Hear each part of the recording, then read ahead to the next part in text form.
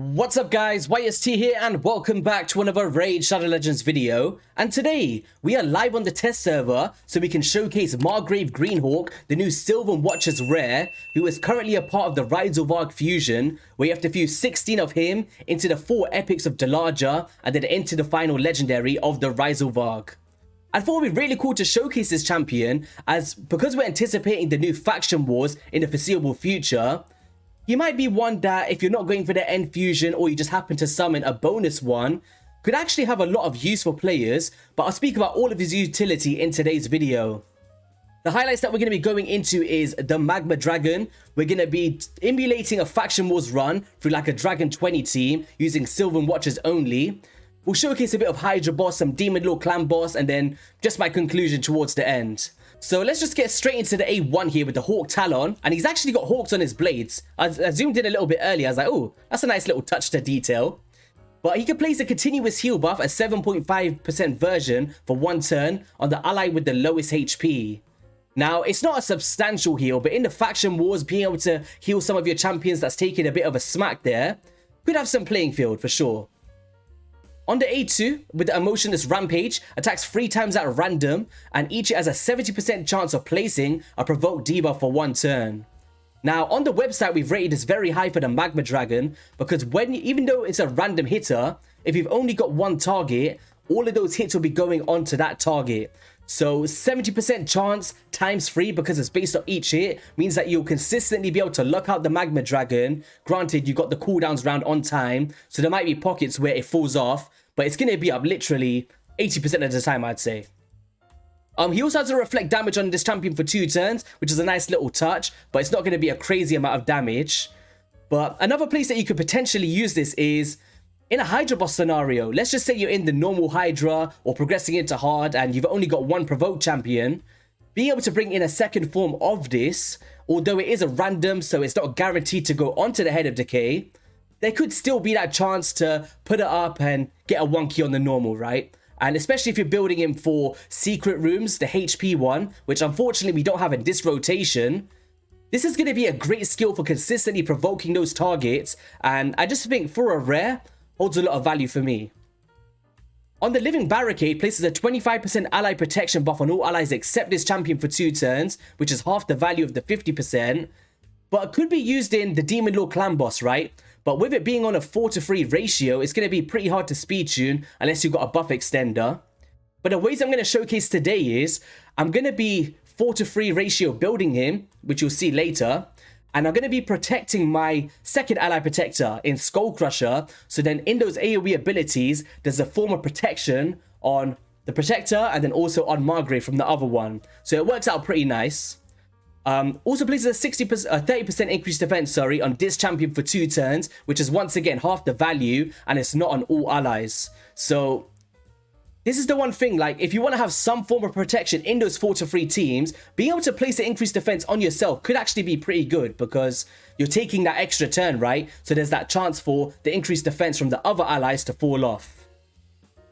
Overall, I think he's a pretty solid rare champion, primarily for Faction Wars and the Magma Dragon, or some Doom Tower scenarios with the HP rooms.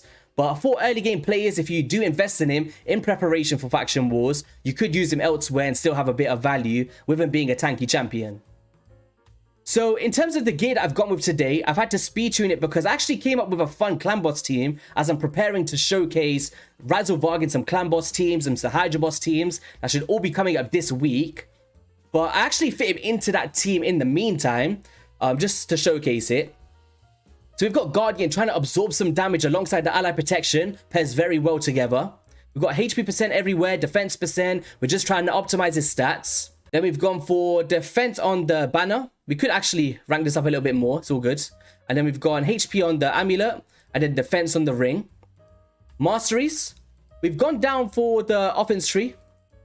Going down to War Master because we're using it in the clan boss, and also for the Magma Dragon, we want to be dealing that damage. And then we've got some counterattack masteries of Retribution and Deterrence to try and counterattack even more. Just trying to proc out those continuous heals as much as possible to heal up our allies. So alright, let's get right into it then. The first place that I'm going to actually showcase, before I do that, we're just going to bring up hellhades.com. Boom. So we've got him graded as arena defense because he's got some ally protection. He could have some use for earlier players, and also placing the provoke, so crowd control as well. So he deserves about a 2.5 stars for there. A bit of an average all the way down from Spider down to the Ice Golem for the normal stages, not the hard stages. And that's just because of the crowd control again and the protection he brings. The Doom Tower he gets for free because he's got that crowd control, and the Hydra boss for locking off that Head of Decay and the ally protection. Magma Dragon, as you see here, are 4 stars. Maybe could probably deserve even higher than that, but because he doesn't bring much else apart from provokes, a 4 star is probably worth it. He's got around a 7 out of 10 book value because it's not 100% chance on specific skills, and the A1 doesn't really do much apart from placing continuous heal, right? So let's just head out of here.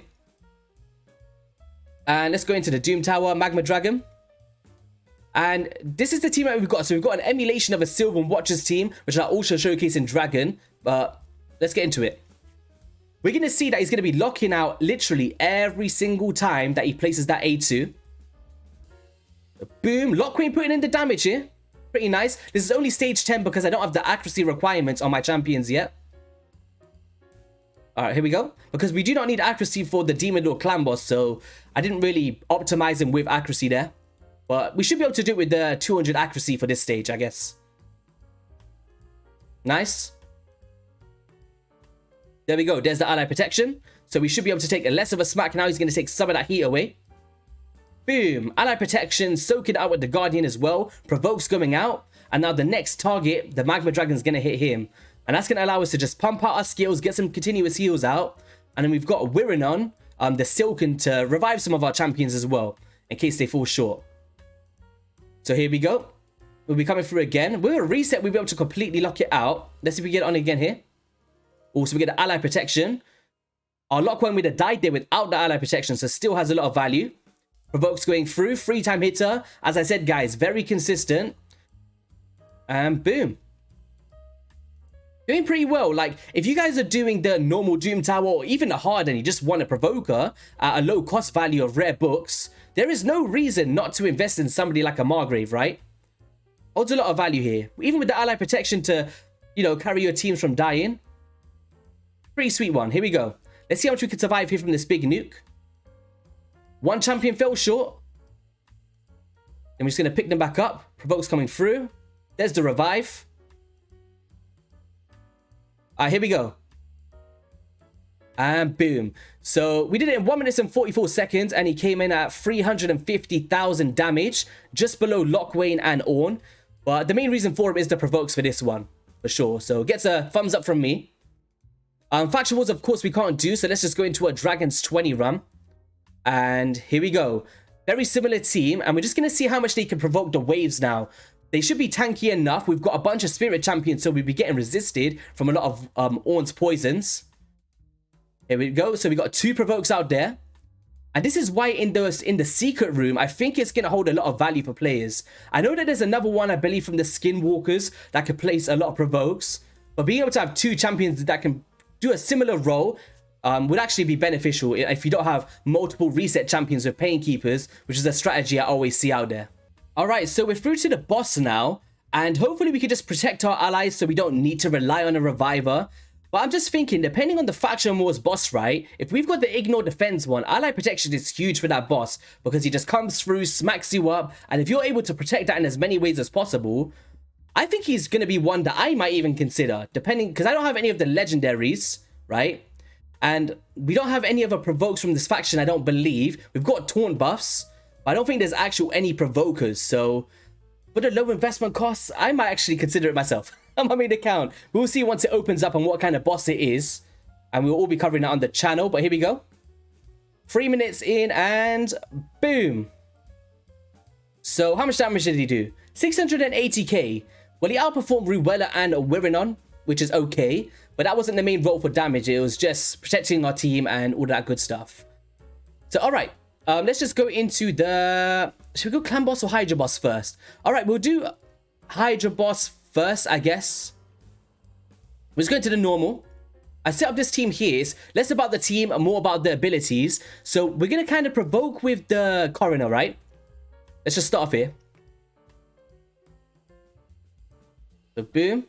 We're going to open up with the provokes here. Play some skills. We're going to go boom, some leeches. Open up the A1s, continuous heals. Protecting a bit of our rabbit here. A bit of a showcase for him too. Alright, so we still got the provokes on here, so we're not going to use it yet. We're just going to put some ally protection, protect our sneak track a little bit, right? Then we can get some ally protection and protect him now. So we've got that double form going back to back. Now this head of decay is about to take a hit. So we can potentially go through if he outspeeds us. Come on. So on a one-time speed, I'm going to even click the head to see how it is. So there we go. That's how we managed to do it. So if you talk about going through the normal Doom Tower, or the normal Hydra, sorry, and you need some form of ally protection and an extra provoker to pair with somebody like a Vizix, there could be that back-to-back role that they could play, but I wouldn't really highly consider doing that. But if there's no other option and you're just trying to get a key in every single week, there's no reason not to bring in somebody at the cost of rare books to do the job, right? And also bringing in that protection continuous heals could definitely help out, for sure. But yeah, not really much else to show here. He's not going to do a crazy amount of damage or anything like that. He's just going to play a role of ally protection and provoking with the other targets. Do a free regroup. We don't have to waste a key there because we need to showcase a team for the bunny soon. And if I use that key, then what am I going to showcase? I have to wait another week or 2 more days to do that video. Alright, so final place we're going to do is a Demon Lord Clan Boss team. I'm not going to do a full guide on this now because I'm actually going to make a team based around this with a different champion. And then afterwards, I'm going to switch up everything for the Razelvarg. So we'll save that for an in-depth guide soon. But I've actually speed-tuned him to implement him into this team to see the value here. So how this is going to work is we've got 2 4-to-3 ratio champions, right? Or we could just do this for now, it's fine. So boom. Then here he's going to do A1s and stuff. It's more about like showcasing the role of what he can do other than anything else. So here we go. We just do A1s everywhere. Just going to try to save all of our cooldowns for the first AoE. Or the first stun, sorry. Some counter attacks. Shout out Mishinaki. Let's go. More A1s. Look at all these poisons. Mythrala putting in that work. So there we go. And now here, right, we could do 2 things. Now, we can, because it's on a 4-to-3 ratio, we can kind of determine where we want him to do it. We can now protect our Skull Crusher. So on AoE 1, Skull Crusher is going to be protecting us, but then we're also going to be protecting Skull Crusher. And then we've got another ally protection champion on the left. I forgot his name. Verse of the Grim. There we go. Who's going to cover AoE 2. So that way we've got full coverage of everywhere. But we could do a very similar thing, right? Where you could put the ally protection on AoE 2 to protect Verstolf. But the issue is that it's not going to override the 50% ally protection. So unless you use it on AoE 1 or for the stun turn in particular to protect our stun target, then it's not going to override it, right? So what I'm going to do here is we're going to get 2 turns in this one. Let's go do boom. There we go. Ally protection. So now we're protecting Skull Crusher. And then he's also protected. So we're going to take literally no damage, especially with that strengthen. And then once we come up against the stun turn here. Got some leech. Boom, boom. Now what you could do is, I actually think I got the presets wrong there. I think I was supposed to delay Versolf's ally protection 1 more turn there. Now, what you could have done here is you could protect your stun target, right? So if we had the ally protection ready, we could put it onto Mishinaki and then boom, he'll be able to tank that up. But it all comes down to your guys' discretion. Like, I don't highly recommend it for Ultra Nightmare Clan Boss, which you can still hold value in, but there's just much better teams out there and champions to do the role. But if you're in like hard or normal or going into brutal for the first time, you don't have an ally protector, and you're planning to do Sylvan Watchers Faction Wars anyway, it could be a nice little one to throw in there in the meantime before you get somebody better. But yeah, guys, that is going to be all for today's video. I know that I've spoken a bit too much for a rare champion, but because so many players can get him, and we have got the Faction Wars coming up soon, I thought I'd just put the work in and try and showcase him as much as possible for you guys. Have an amazing rest of your Sunday, and I'll catch you guys in a video soon. Peace.